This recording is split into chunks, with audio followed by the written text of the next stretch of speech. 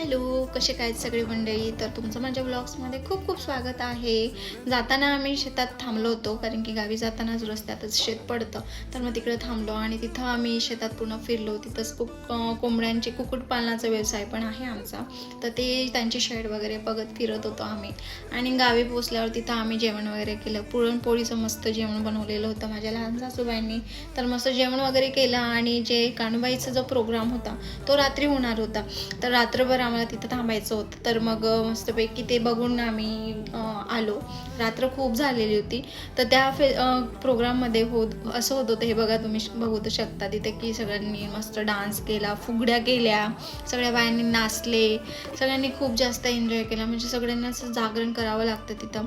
आणि कान्हूबाईंचं जे असतं ते एकच दिवसाचं असतं. कान्हूबाई रात्रभर राहतात आणि दुसऱ्या दिवशी त्यांचं विसर्जन होणार असतं.